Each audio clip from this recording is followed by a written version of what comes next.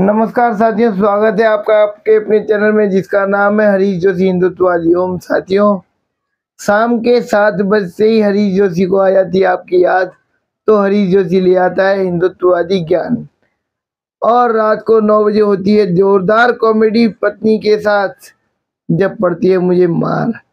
आप लेते हैं उसका भरपूर आनंद साथियों। जिस भी चैनल में पार्वती के लाल में या हरीश जोशी हिंदुत्ववादी ओम में, जिस भी चैनल में आप नए आए हैं, सबसे पहले मेरे चैनल को सब्सक्राइब कर लीजिए। आपसे हाथ जोड़ के विनती करता हूँ। सब्सक्राइब करने के बाद बगल में बेल का नोटिफिकेशन ऑन कर लीजिए, ताकि हर शाम 7 बजे और रात को 9 बजे दोनों चैनल की वीडियो में मुझे आते ही, जैसे ही मैं दोनों चैनल में आऊँगा, वैसे ही आपको एक छोटा सा नोटिफाई आ जाएगा कि पार्वती के लाल में और हरीश जोशी हिंदुत्ववादी ओम में वीडियो आ गई है।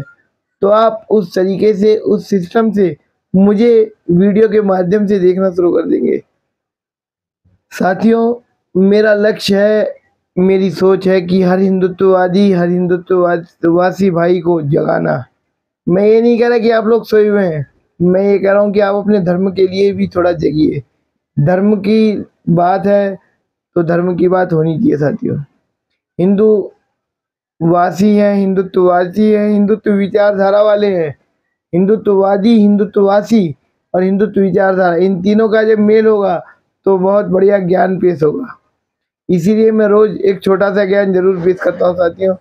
आज का ज्ञान जो है वो बड़ा मजेदार। आज का ज्ञान है साथियों पार्थिव पूजन के लिए।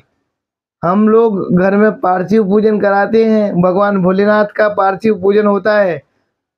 पार्थिव पूजन कराने से क्या लाभ है, क्यों करवाएं घर में पार्थिव पूजन, ये सब बताऊंगा आपको। लीजिए पूरे ज्ञान का साथियों। रात को 9 बजे जब मैंने वाइफ से कहा कि मुझे इस बार पूरे नवरात्र के व्रत रखने हैं, तो उसने पूछा क्यों रखने हैं, तो मैंने कहा भैया मुझे दूसरी शादी के लिए मैया ही आशीर्वाद देंगी, ऐसे मेरी दूसरी शादी नहीं होती। तो साथियों, ज्ञान पेश करना शुरू कर रहा हूँ। पार्थिव पूजन ज्ञान। पार्थिव पूजन करने से, पार्थिव पूजन करवाने से पहले, जब भी हम पार्थिव पूजन करते हैं तो उससे पहले पार्थिव शिवलिंग का निर्माण करते हैं। अब साथियों, पार्थिव शिवलिंग क्या होते हैं? शिवलिंग को या तो चिकनी मिट्टी से या चावल के आटे से निर्माण किया जाता है, उन्हें कहते हैं पार्थिव शिवलिंग। साथियों, पार्थिव पूजन से, पार्थिव पूजन का विधि विधान पूजन करने से धन धान्य, सुख सौभाग्य और संतान की प्राप्ति होती है साथियों। हमारे जीवन में यदि सुख की कमी हो तो हम सुख को प्राप्त करते हैं पार्थिव पूजन के दौरान, पार्थिव पूजन कराने के बाद। साथ ही ऐसे दंपत्ति यानी मर्द और औरत का जोड़ा, हस्बैंड वाइफ का जोड़ा, पति पत्नी का जोड़ा, जो संतान से वंचित हैं, जिनकी औलाद नहीं है, अगर वो चाहें, अगर वो पार्थिव पूजन कराएं तो भगवान भोलेनाथ की कृपा से बहुत जल्दी उनके घर में संतान की प्राप्ति होती है और संतान भी सद्गुण संपन्न संतान प्राप्त होती है साथियों।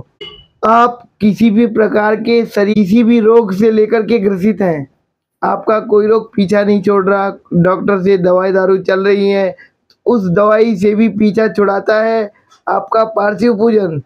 कहने का मतलब ये है कि हर प्रकार के सुखों की प्राप्ति करनी है तो क्या कराना चाहिए? घर में पार्थिव पूजन साथियों, ताकि हर प्रकार की सुख सुविधा भरपूर मात्रा में हमें प्राप्त हो, आपको प्राप्त हो, शिवलिंग का पूजन कराने वाले को प्राप्त हो। अब साथियों, जब पार्थिव पूजन पूजा हो जाता है तो पार्थिव पूजन के लिए जो पार्थिव शिवलिंग बनाए जाते हैं उनका निर्माण कर जो किया जाता है सब लोगों के द्वारा, फिर पूजन के बाद उनको विसर्जन कराया जाता है।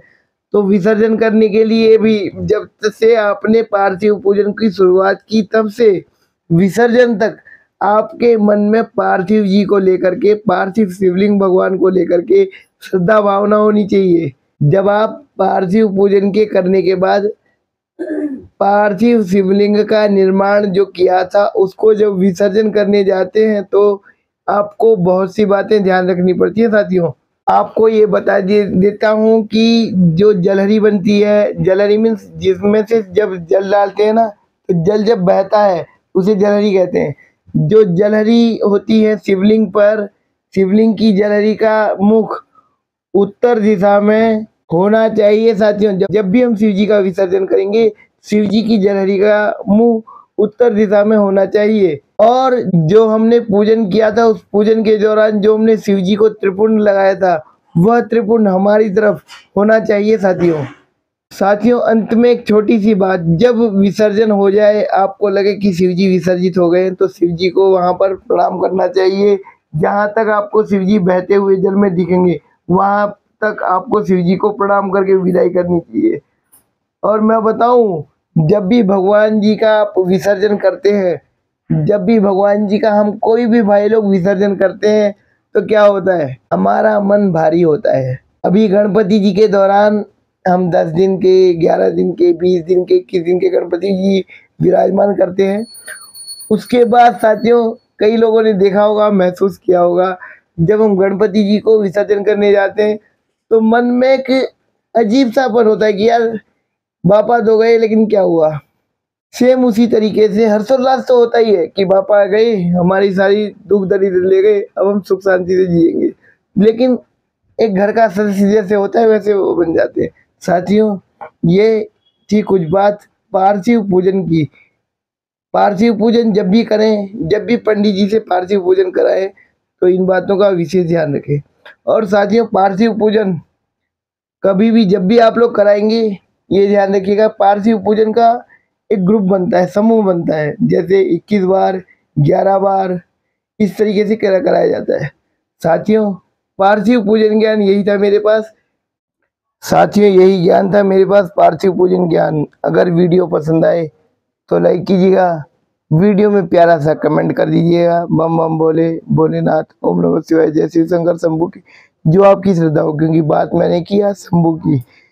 मिलता हूँ आपसे ठीक रात 9 बजे, अब से मात्र 2 घंटे के बाद, पार्वती के लाल में। जय श्री राम, भारत माता की जय, ओम नमः शिवाय, हर हर शंभू, जय शिव शंभू, जय कैलाशवासी की। नमस्कार साथियों। Subscribe and stay tuned with us.